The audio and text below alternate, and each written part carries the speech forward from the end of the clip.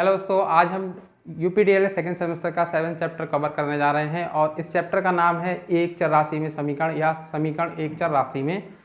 कोई भी नाम मतलब मीन्स यही है, जो चैप्टर का नेम है उसमें एक चर राशि में ही क्वेश्चन होंगे। मतलब कहने का एक्स वाई जेड जो भी होगा, इक्वेशन एक्स में है तो एक्स में बनेगा, वाई वाई।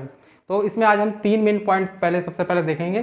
चर अचर देखेंगे पहले कि चर अचर क्या होता है, थोड़ा सा उसका इंट्रोडक्शन करा देंगे आपको। फिर रैखिक समीकरण क्या होती है, रैखिक समीकरण पहचानने के लिए भी क्वेश्चन आए हुए हैं ऑब्जेक्टिव में। इसके बाद देखते हैं पक्षांतर विधि, और पक्षांतर विधि में दो टाइप के क्वेश्चन होते हैं। एक टाइप क्वेश्चन होता है जिसमें सिर्फ इक्वेशन मतलब एक सिंपल इक्वेशन होती है, एक होती है जिसमें भिन्न वाली इक्वेशन होती है। ठीक है, भिन्न वाली जो भिन्न टाइप से अंश बटे हर, तो वो थोड़ा बड़ा क्वेश्चन होता है। तो हो सकता है वीडियो थोड़ा सा बड़ा हो जाए, मे बी लेंथी हो जाएगा, तो उसको भी देखिए क्योंकि पक्षांतर विधि को सही से समझाना पड़ेगा। इसके बाद तो एग्जाम्पल से आपको पूरा इसको क्लियर करा देंगे। अभी तो हम ये है, अभी थ्योरेटिकल ज़्यादातर पोर्शन चल रहा है क्योंकि थ्योरेटिकल, और इसके बाद जब एग्जाम थोड़ा पास आ जाएगा तो और इसमें न्यूमेरिकल क्वेश्चन भी, इंपॉर्टेंट क्वेश्चन जो एग्जाम के लिए हैं उनके लिए एक बाद में सीरीज चला देंगे। तो पहले एक बार सिलेबस पूरा कंप्लीट करवा दें। 7 चैप्टर है, 7 चैप्टर भी काफ़ी लेंथी है। तो सबसे पहले हम देखते हैं इसमें चर और अचर। मीन्स अगर बात करें तो चर, ठीक है, इसको इंग्लिश में बोलते हैं वेरिएबल, ठीक है, वेरिएबल्स। और अचर को बोलते हैं कांस्टेंट। इंग्लिश में इसलिए बता रहे हैं, थोड़ा सा इंग्लिश से आपको ज़्यादा कंफर्ट लगता होगा, बहुत लोगों को इंग्लिश से ही समझ में आता है चर अचर क्या होता है। तो देखिए चर जो होते हैं, चर इनको हम जो अल्फ़ाबेट होती हैं या वर्णमाला जो होती है, X Y Z A B C, ठीक है, छोटा बड़ा, अल्फ़ा मतलब वही ग्रीक वर्ड होते हैं, अल्फ़ा बीटा गामा, किसी से भी रिप्रेजेंट कर सकते हैं, किसी से भी इसको दर्शा सकते हैं। और इनका जो मान होता है चर, इसलिए बोलते हैं चर मतलब चलना। ठीक, चर मतलब चल, ठीक है, चलते ही रहते हैं। मतलब मीन्स है कि ये वैल्यू इनकी मूव करती रहती है। मीन्स ये कह सकते हैं ये बिन पैंदी के लोटे होते हैं, और मीन्स और कि इनकी जो वैल्यू होती है वो कोई निश्चित नहीं होती। हर क्वेश्चन में इनकी वैल्यू चेंज होती रहती है। एक तरह से इनकी जो वैल्यू जो क्वेश्चन में निर्धारित की जाती है, जिनको जो जितना वैल्यू दिया जाता है वही ये क्या कहलाते हैं, चर। एक तरह से ये बेरोजगार होते हैं। बेरोजगार क्यों कहते हैं?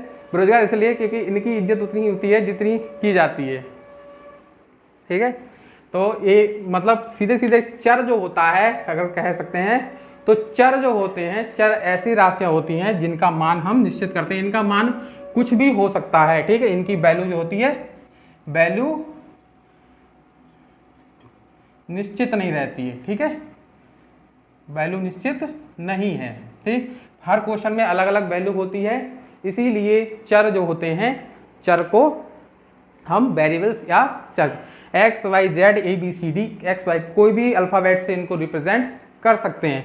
वहीं अगर अचर की बात करें तो अचर जो होते हैं वो ऐसे नंबर्स होते हैं या ऐसे लेटर्स होते हैं, ऐसी संख्याएं होती हैं कि जिनके जो होते हैं मान निश्चित, जैसे 2, 3, 10, 100, 1000, ठीक है, 3.14, ठीक, इस टाइप से जो जितने भी हैं ये सब क्या है, कांस्टेंट है, इनकी वैल्यू निश्चित है। ठीक, इनका एक अपना मान है। एक कह सकते हैं ये भाई रोजगार वाले हैं, ठीक, इनके पास एक नौकरी अपनी निश्चित है, एक अपना सिक्योर है, सिक्योर इनकी वैल्यू है, और इनका निश्चित अपना पद है। तो वही है कि एक कह सकते हैं कि भाई ये नौकरी वाले हैं, ये बेरोजगार हैं। ठीक, तो मतलब इनकी कोई वैल्यू निश्चित नहीं है। ये बेचारे, मतलब बेचारे क्यों, ये बेचारे तो ये वाले हुए, ठीक, तो ये वाले हैं। तो सीधे सीधे चर जो होते हैं ऐसी राशियां होती हैं जिनकी वैल्यू निश्चित नहीं होती है, इनकी वैल्यू निश्चित होती है। इनकी वैल्यू जो है क्या होती है, निश्चित है, कन्फर्म है। अगर वो 4 है तो उसका मान 4 ही रहेगा क्वेश्चन में, ऐसा तो नहीं 10 हो जाएगा। 10 है तो 10 ही रहेगा। ठीक, तो क्लियर हो गया होगा टॉपिक। अब इसी में हम देखते हैं एक चर राशि। एक चर राशि का मतलब है जो हमारा चैप्टर है वो कह रहा है कि अगर इक्वेशन आपकी एक्स में है तो एक्स में ही पूरी इक्वेशन लिखेंगे, वाई में है तो वाई में, ए में है तो ए में, एक्स और जेड में है तो जेड में, कोई सी जे इक्वेशन जो है वो पूरी आप मतलब कह सकते हैं, या क्वेश्चन जो है आप केवल एक राशि को लेकर ही सॉल्व करेंगे, इसमें दूसरा नहीं मानेंगे। जैसे माना x तो माना दूसरा y नहीं मानेंगे, उसी में से ही आपको कुछ मानना पड़ेगा दूसरा क्वेश्चन हल करने के लिए। तो इसमें आप देखते हैं रैखिक समीकरण क्या होते हैं, या इंग्लिश में बोलते हैं लीनियर इक्वेशन। नंबर 2 देखते हैं अपना रैखिक समीकरण। ये क्या होते हैं, इस पे जो क्वेश्चन आपका पेपर में पूछा गया है अब तक मोस्टली वो ये पूछा गया है कि ये बताइए कि इसमें से लीनियर इक्वेशन कौन सी है। ठीक है, या रैखिक समीकरण को छांटो, निम्न में रैखिक समीकरण छांटो। तो इसका सीधा सीधा पहचान ये है, जब क्योंकि इसमें जब एक चर राशि वाला समीकरण होगा तो इस तरह से क्वेश्चन होगा x + 2 = 0, ठीक है, या x = 0, z = 0, ठीक, z + 4 = 0। तो इस टाइप के होंगे। और इसमें सबसे इसकी जो पहचान होती है, आइडेंटिफिकेशन होती है रैखिक समीकरण की, वो ये होती है कि चर की जो घात होगी, चर की घात जो होगी, मतलब कहने का जो यहाँ पर एक है, यहाँ पर एक है, ये इस टाइप से x के ऊपर मतलब एक पावर लगी है लेकिन लिखी नहीं गई है, तो उसका मतलब यही होता है। ठीक, x के ऊपर 1 पावर लगती है, मतलब किसी भी चर राशि के ऊपर एक घात लगाते हैं लेकिन उसको लिखते नहीं हैं। तो ये चीज ध्यान रखना इसको। तो चर की घात जिसमें होती है, ऐसा समीकरण जिसमें चर की घात 1 होती है, उसे हम लीनियर इक्वेशन या सरल समीकरण भी कहते हैं। इसको क्या कहते हैं? सरल समीकरण भी कहा जाता है इसको। इसका एक नाम और है, सरल या साधारण समीकरण। ठीक है, साधारण समीकरण। ये आपने आपको द्विघात समीकरण वाला चैप्टर लास्ट वाला पढ़ाया, उसमें बताया था। तो इसमें भी चर की घात 1 ही होती है, ऐसी समीकरण को हम रैखिक समीकरण कहते हैं। क्लियर हो गया? अगर आपको एग्जाम में आता है कि निम्न में से, तो हम जैसे आपके पास 2 एग्जाम्पल लिख के बता दें, x + 10 = 2x + 1। क्लियर? एक एग्जाम्पल हम इस टाइप से लिख रहे हैं। ठीक है, तो इसमें से आप बताएं कौन सा रैखिक समीकरण होगा, कौन सा रैखिक समीकरण होगा। तो यहाँ देखो, अगर इसको हम सॉल्व करेंगे, x या 2x को इधर उधर लाएंगे तो इनकी पावर्स पे तो कोई अंतर नहीं पड़ेगा। x की घात तो इसमें एक ही रहनी है। ठीक, x की घात तो एक ही रहेगी। लेकिन अगर इस समीकरण को हम हल करेंगे तो ब्रैकेट जैसे ही खोलेंगे तो देखो x से x की गुणा होगी, कितना हो जाएगा? x² + x = 0। अब यहाँ चर की जो घात है वो अधिकतम कितनी हो गई? वो 2 हो गई। इसलिए ये रैखिक समीकरण नहीं होगा, ये वाला केवल रैखिक समीकरण होगा। ठीक है, क्लियर? तो रैखिक समीकरण पहचानने का यही तरीका होता है। कभी कभी हम मतलब क्वेश्चन मोस्टली पेपर में इसी तरह के आते हैं, ऐसे ही कि जिनको हमको सॉल्व करके बताना होता है। तो अब ये वाला समझ में आया होगा काफ़ी, मुझे उम्मीद है। वैसे आप अगर चाहें तो एग्जाम्पल इस तरह से और ट्राई कर सकते हैं। x³ = 6, ठीक है, और 1/x × x² + 1 = 3। ठीक, इस टाइप से एग्जाम्पल और भी हो सकते हैं। तो इसमें भी आप जैसे बताएं, इसमें से कौन सा रैखिक समीकरण होगा नहीं होगा, आप अपने आप से डिसाइड कर सकते हैं। ठीक है, इसको सॉल्व करेंगे इन दोनों को। ठीक, तो इसको तो बिना सॉल्व करके, इसको सॉल्व करके बताना पड़ेगा। जैसे इसमें सॉल्व करेंगे तो ये तो घात तो हो जाएगा, तो ये x की घात 1 रह जाएगी, इसलिए ये रैखिक समीकरण हो जाएगा। और इसमें 3 घात होते हैं, ये नहीं होगा। और एक कभी कभी क्वेश्चन आता है कि समीकरण की घात बताओ, दिए गया समीकरण की घात बताओ, समीकरण की घात क्या होगी। तो समीकरण की घात जो होती है वो चर की अधिकतम घात होती है, उसी को समीकरण की घात कहते हैं। अब आते हैं हम तीसरे अपने मेन टॉपिक पे, ये है पक्षांतर विधि या ट्रांसपोजिशन मेथड, जिसे समीकरण हल करने का पक्षांतर विधि भी कहते हैं। और इसी विधि से ही आपके जो कितने भी समीकरण हैं, बीजगणित के जितने भी जो समीकरण होते हैं, छोटे बड़े जो हैं, वो सब इसी विधि से ही सॉल्व करते हैं। तो इसे समझते हैं पूरी विधि को। तो अब देखेंगे ट्रांसपोजिशन मेथड आखिर क्या है, इसको किस तरह से इससे समीकरण हल करते हैं। तो इसमें सबसे पहले तो हम देखते हैं चिन्ह। ठीक है, चिन्ह परिवर्तन। ठीक, इसे बहुत अच्छे से समझ लेना, यहीं पे सबसे ज़्यादा गलती यही होती है, सबसे मोस्टली वो प्रॉब्लम होती है लोगों की, सबसे ज़्यादा गलती इसी में होती है। देखो, जब हम साइडें बदलते हैं किसी भी समीकरण में, 2 साइडें होती हैं, LHS और RHS। क्लियर? यानी कि बायां पक्ष और दायां पक्ष, 2 साइडें होती हैं। तो क्या होता है इसमें, जैसे अगर कोई संख्या इधर प्लस की है तो वो दूसरी तरफ जब जाएगी तो वो माइनस की हो जाएगी। ठीक है, ऐसे ही अगर वो इस तरफ माइनस की है तो दूसरी तरफ जाके वो प्लस की हो जाएगी। ठीक, यानी कि प्लस जो चेंज हो जाएगा दूसरी तरफ जाएगा जैसे ही वो माइनस का हो जाएगा, और माइनस जो होता है वो प्लस में चेंज हो जाता है। ठीक, आपस में इंटरचेंज होते रहते हैं। ऐसे ही गुणा जो है वो भाग में चेंज हो जाएगा। भाग जो होता है, भाग यानी कि डिवाइड जो होता है, डिवाइड को मल्टीप्लिकेशन में चेंज करते हैं। फॉर एग्जाम्पल जैसे ये हमारा LHS, अगर यहाँ पे कोई नंबर +3 है इधर साइड में, या प्लस का x है, क्लियर, तो वो दूसरी तरफ जब जाएगा तो उसको -3 या -x हो जाएगा। ठीक है, इस तरह से। ऐसे ही अगर कोई संख्या यहाँ पर 1/5 है, मतलब भाग में है, 5 क्या है, भाग में है अभी नीचे, तो अगर उसको चेंज करेंगे तो वो क्या दूसरी तरफ क्या हो जाएगा, 5 बन जाएगा। ठीक है, 1/5 से 5 हो जाएगा। ऐसे ही सेम 5 से 1/5 हो जाएगा। तो पक्षांतर करने पर इस प्रकार से ये बदलते हैं। अभी समीकरण से बताते हैं एग्जाम्पल देके तो कैसे होगा।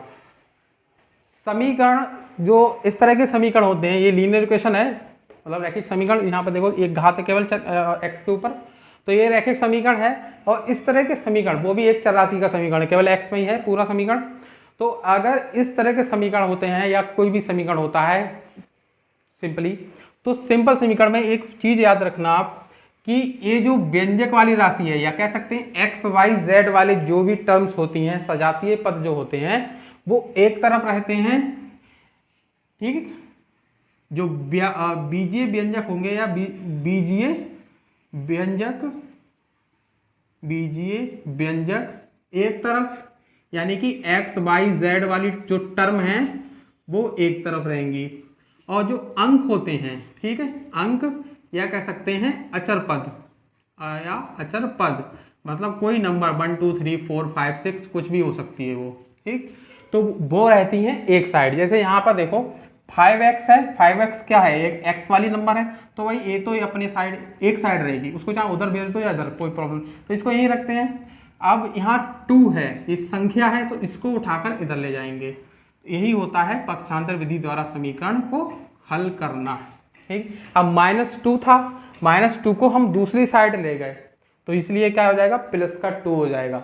पक्षांतर करने पर साइड जो हो, मतलब साइड चेंज करने पर क्या होता है, चिन्ह बदल जाता है।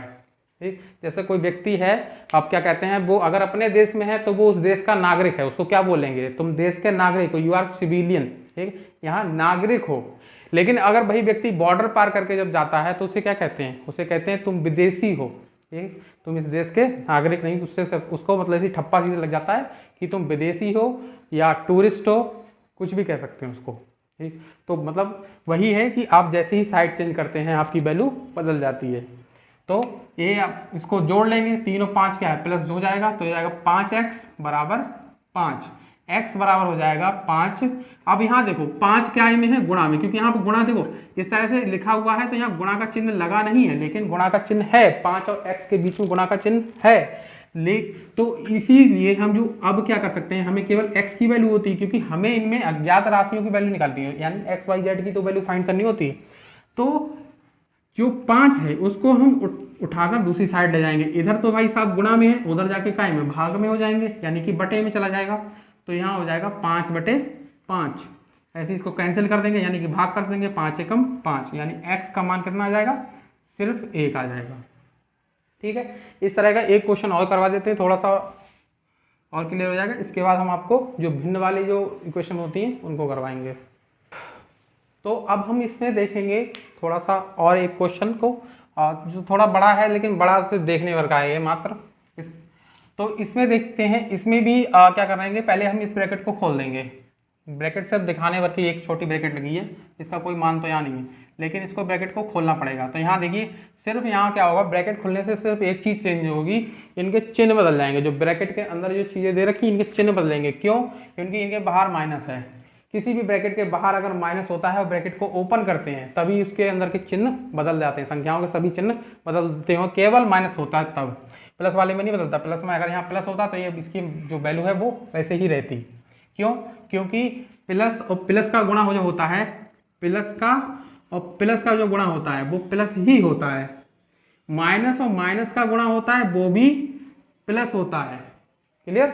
समान चिन्हों का जो गुणा होता है, समान चिन्हों का जो गुणा होता है वो आपस में क्या होता है, प्लस रहता है, यानी कि पॉजिटिव रहता है। लेकिन जैसे ही जो चिन्ह है वो उल्टे कर दें अगर हम, यानी कि माइनस और प्लस की गुणा कर देंगे, तो भाई आंसर आपका माइनस आ जाएगा। ठीक है, क्लियर। केवल जो समान चिन्हों का जो होता है प्लस रहता है, और उल्टे चिन्ह जैसे प्लस माइनस की गुणा करेंगे तो वो माइनस हो जाता है। यही बहुत बेसिक से रूल है क्या कहते हैं इसके, अलजेब्रा के, यानी कि बीजगणित के। यही सीखने में लोगों को मतलब प्रॉब्लम आ जाती है यहीं पे, और इसी से सबसे बड़ी गलती आगे आगे बड़े बड़े क्वेश्चन जो आते हैं उनमें यही गलतियां करते बैठते हैं आगे चल के। तो इस क्वेश्चन को सॉल्व करेंगे। अब जैसे ब्रैकेट खुलेगा तो माइनस यहाँ हो जाएगा 3x, माइनस का 3x हो जाएगा, क्योंकि माइनस और प्लस इसके साथ प्लस लगा नहीं है लेकिन होता है लिखा हुआ, तो माइनस और प्लस की गुणा हो जाएगी माइनस। अब ये माइनस और माइनस की गुणा क्या हो जाएगी, प्लस। यहाँ पे बताया था माइनस माइनस की गुणा क्या होती है, प्लस, तो इसलिए हो जाएगा ये प्लस का 4, यहाँ हो जाएगा 3x माइनस 5। अब यहाँ पे वही काम करेंगे कि जो x वाली टर्म है उनको एक तरफ और जो अंक है उनको एक तरफ। तो यहाँ देख लेते हैं, तो यहाँ हो जाएगा, इसको पहले सॉल्व कर लेते हैं क्योंकि ये हो सकता है। तो दो में से एक चीज ध्यान रखेंगे, ये भी बहुत छोटी छोटी चीजें, माइनस चीजें बता रहा हूँ, क्योंकि देखो जो कर सकता है उसको पता है, लेकिन जो बिल्कुल क्या कहते हैं गणित एक सीख रहा है अभी इस चीज को, तो उसको बड़ी दिक्कत आती है यहाँ पे। तो यहाँ पे देखिए घटती केवल जो है वो संख्याएं घटती हैं आपस में, मतलब जोड़ने घटने का काम होता है, वो संख्याएं घटती हैं। एक्स वाई जेड कभी आपस में नहीं घटते हैं, चर कभी नहीं घटते हैं, केवल उनके साथ की संख्याएं आपस में जुड़ती और घटती हैं। जैसे यहाँ पे देखो 2 है तो 2 में से 3 घट जाएगा। यहाँ देखो 2 माइनस 3 करेंगे तो भाई 3 तो बड़ा है, घटेगा तो, लेकिन चिन्ह का एक आएगा माइनस का, तो इसीलिए यहाँ पर भी क्या होगा, -1 बचेगा, और 1 लिखा नहीं आता इसलिए सिर्फ -x बचेगा। -x प्लस 4 बराबर 3x माइनस 5। अब यहाँ पे वही करना है कि x को एक तरफ और अंकों को एक तरफ। तो हम काम करते हैं कि जो -x है इधर उठा के ले आ रहे हैं, एक प्लस का है ये, तो माइनस का 3x हो जाएगा, ये हो जाएगा -5, और ये हो जाएगा 4 माइनस, ठीक है, -5 माइनस 4। क्यों, क्योंकि -5 तो पहले से माइनस है ही वो, अब 4 जो प्लस का था वो भी जाके माइनस हो जाएगा। अब यहाँ देखो माइनस माइनस के हैं तो समान जो चिन्ह होते हैं, मतलब x प्लस प्लस अगर है और माइनस माइनस है तो दोनों कंडीशन में जोड़ते ही हैं, जोड़ेंगे ही। क्लियर। जैसे यहाँ पे माइनस है, यहाँ भी माइनस, यहाँ माइनस, दोनों टर्म जैसी सेम वाली होती हैं, एक्स एक्स चाहे प्लस प्लस की हो चाहे माइनस माइनस की, जोड़ने पे जुड़ते हैं, लेकिन चिन्ह जो है उसी का आता है जो मतलब सभी के साथ। जैसे यहाँ पे माइनस माइनस है तो चिन्ह माइनस का ही रहेगा, लेकिन जोड़े जाएंगे तो x और 3x को जोड़ेंगे कितना हो जाएगा, माइनस का 4x। क्लियर, माइनस चिन्ह तो रहेगा। अगर यहाँ प्लस प्लस होता मतलब x प्लस 3x लिखा होता तो यहाँ लिखते केवल 4x। अब यहाँ पे माइनस है तो इसलिए माइनस लगा, ये हो जाएगा माइनस का 9। अब क्या है समान, अब यहाँ हो जाएगा x बराबर माइनस का 9। अब ये 4 उधर चला जाएगा माइनस में, मतलब माइनस का ये जाएगा तो भाग में, तो माइनस का माइनस कैंसिल हो जाएगा, भाग माइनस से माइनस का भाग हो जाएगा। काट लेंगे, इसको काटेंगे तो इसको भाई तो ये तो कटेगा नहीं, ठीक है, क्योंकि इनको काटने के लिए कोई एक नंबर चाहिए प्रॉपर, कोई एक सा नंबर, या तो इसको काटोगे मतलब भाग करोगे तो एक पॉइंट में आंसर जाएगा इसका, तो वो ना करके सीधे इसका आंसर ही लिख दो, इससे अच्छा यही, तो यही इसका आंसर हो जाएगा। ठीक है, काटते थे सेम नंबर से, जैसे यहाँ पे 9 3 से कट रहा है, ये तो 2 से कटेगा, तो ऐसा नहीं हो सकता, काटेंगे सिर्फ एक ही नंबर से सेम से। अब इसमें एक करवा देते हैं आपको एग्जांपल, जो क्या कहते हैं भिन्न वाला है, तो इसके बाद इस वीडियो को एंड कर अब इसमें देखते हैं थोड़ा सा बड़ा सा क्वेश्चन, भिन्न वाली समीकरण। तो इसमें देखो भिन्न है, x/4 है, यहाँ पे अपॉन 4 है, यहाँ पे अपॉन 10 है, क्या कहते हैं, तो इसको करके देखते हैं। यहाँ पे मतलब अपॉन 5 है, मिस्टेक से बोल दिया होगा। तो यहाँ पर सबसे पहले करने का तरीका क्या है, इसको सबसे तरीका जो है इसका ये है कि जो भी अगर हर हैं, क्योंकि भिन्न जो होती है वो क्या होती है, अंश बटा हर होती है ना, अंश बटा हर, या p/q, ये p/q होती है, रेशनल नंबर उसको बोल देते हैं। जैसे ये होती है भिन्न जो होती है वो इस तरह से होती है, अंश बटे हर। तो इसमें क्या करते हैं, इनको हल करने के लिए सबसे सीधा सिंपल तरीका ये है कि जो हर है, हर का लासा ले लो। क्या ले लो, लासा, एलसीएम ले लो हर का। तो यहाँ पे हर का लासा ले लेंगे तो हर कौन से, यहाँ पे देखो, यहाँ पे 4 है, यहाँ पे 5 है, तो 4 और 5 का अगर लासा लेंगे तो क्या आएगा 20 ही आएगा। क्यों? क्योंकि दोनों नंबर ऐसी हैं जो एक दूसरे से मतलब अलग अलग हैं। तो कर लोगे तो 4 एकम 4, ये तो कटेगा नहीं, 5 बचेगा यहाँ पर, ये आएगा 5, 5 एकम 5, तो ये 4 पंजे 20 है। ठीक, तो हरों का लासा कितना आया 4 और 5 का लासा, ये हो गया 20। अब ए वाले जो टर्म है इनको हम क्या करेंगे, इस तरह से लिख देंगे, लासा ले लिया तो वही इस तरह से आ गया। क्लियर? अब क्या करते हैं कि अब इससे ये बीच में प्रॉब्लम करेगा, इसको साइड में कर दें। तो इस हर से अगर हम 4 से 20 को भाग करेंगे कितनी बार जाएगा, 5 बार जाएगा। तो इसी 5 से x+1 की मतलब जो भिन्न होती है, इसको जो हल करने का प्रोसीजर होता है वही जो मतलब और भिन्नों में करते हैं और तरह के क्वेश्चन में, जैसे इस तरह से 1/3 और 1/5 इस तरह के क्वेश्चनों में जो प्रोसीजर अपनाते हैं, इस तरह के जो भिन्न हल करने में, भिन्नों को जोड़ने घटाने में, वही प्रोसीजर आप यहाँ पर यूज करते हैं। इन वाले क्वेश्चनों में भी, बीजगणित में भी यही प्रोसीजर जो है यूज किया जाता है। तो यहाँ पर 4 से करेंगे तो कितना 5x-1, ठीक, फिर बीच में प्लस है तो प्लस आ जाएगा, यहाँ जो चिन्ह होता है वही यहाँ पर लगाते हैं। इसके बाद 5 से 20 को भाग करेंगे, कितना 4 बार जाएगा, तो यहाँ पर दिया, लेकिन वो कुछ लोग ऐसे बता देते हैं इस तरह से क्रॉस में, लेकिन वो रूल हर जगह नहीं लगता है। कभी कभी क्या होता है एक टर्म और होती है तो उसमें वो नहीं लगता है, वहाँ पे फेल हो जाता है। ये केवल 2 टर्म्स में, वो भी जिनमें ऐसी संख्याएं जो एक दूसरे से ना कट रही हो, एक दूसरे से अलग अलग हो, केवल उन्हीं में इस तरह का रूल अप्लाई होता है। ये शॉर्टकट वाला, इसकी इससे गुणा कर दो, इसमें इसकी गुणा कर दो, ठीक है, इसलिए मैं नहीं बता रहा वो मेथड। तो ये 5 से 4 को करेंगे तो यहाँ पे हो जाएगा 4 और इसकी गुणा हो जाएगी x+1 से। इधर वाला ऐसा ही चलेगा, अभी इसको कुछ नहीं करना है अभी। इसके बाद यहाँ पर आपका एक आता है शॉर्टकट तरीका। क्या करते हैं कि ये हर से हर को डायरेक्ट हम भाग कर सकते हैं शॉर्टकट, जैसे 10 से 20 को डायरेक्ट भाग कर देंगे तो यहाँ केवल 2 बचे जाएगा, 0 से 0 कैंसिल हो जाएगा दोनों साइड। तो वो तरीका एक शॉर्टकट वाला है, लेकिन शॉर्टकट ना अपना के मैं आपको लॉन्ग कट वाला मेथड ही बताऊंगा, कि जो मैथ सीख रहे हैं उनको शॉर्टकट वाला मेथड थोड़ा सा एकदम से क्लियर नहीं होगा। तो ये आएगा, इसको 5 से x करेंगे तो कितना 5x, ब्रैकेट ओपन कर देंगे, -5, इसके बाद ऐसे ही इसका ब्रैकेट ओपन कर देंगे, कितना जाएगा 4x+4, बस ब्रैकेट खोलते ही ध्यान रखना यहीं पे चिन्हों को गड़बड़ी करते हैं कुछ लोग, यहाँ 5x प्लस 5 ही लिख देते हैं, और कहीं कहीं पे 4x फिर 4 लिखते ही नहीं है, मतलब 1 लिख देते हैं, ठीक है जी, 1 लिख देते हैं, यहीं पे मिस्टेक होती है ब्रैकेट खोलते ही टाइम। 4x तो कर दिया लेकिन इसका गुणा नहीं किया। ये सब टीचिंग एक्सपीरियंस है मेरा, जो पढ़ा के मैंने सीखा है लोगों को, क्योंकि जिनकी जो भी गलतियाँ होती है वो बताते जाता हूँ। तो यहाँ पे 5x देखो प्लस का है, 4x भी प्लस का है, तो ये जो समान कैटेगरी वाले होते हैं ये आपस में जोड़े घटते हैं, वही जोड़ेंगे घटेंगे, और यहाँ अंक है ये जो आपस में जोड़ेंगे घटेंगे। तो यहाँ पर भी देखो 5x और 4x जोड़ेगा, कितना हो जाएगा 9x, ठीक है। एक चीज़ ध्यान रखना, ये या वाला चिन्ह होता है अथवा के लिए, या और ये होता है बराबर, ठीक, इक्वल। तो इनमें ये समान प्रायोरिटी मत नहीं है, यहाँ पे बीच में ऐसे करके ये कर दो इस तरह से, ये गलत हो जाएगा, ठीक है, बीच में नहीं, बीच में बराबर ही लगता है, ये तो साइड से लगाते हैं।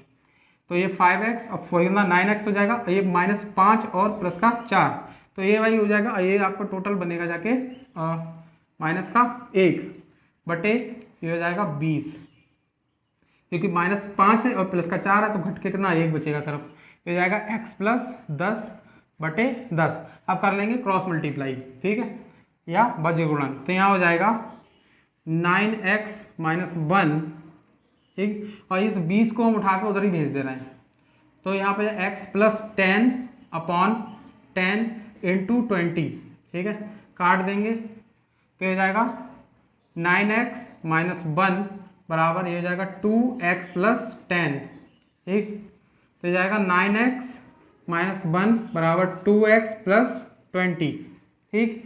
ऐसे ही अब इसमें x वाली टर्म एक तरफ और अंक वाली एक तरफ, तो ये हो जाएगा आपका 9x-2x बराबर 20 + 1, ठीक है, ये हो जाएगा 7x बराबर 21, ठीक है, और x बराबर कितना हो जाएगा, x बराबर हो जाएगा 21/7, काट लेंगे 7 या 21, यानी x की वैल्यू कितनी आ जाएगी 3 आ जाएगी। क्वेश्चन देख रहे हैं, स्क्रीनशॉट लेने का ले सकते हैं।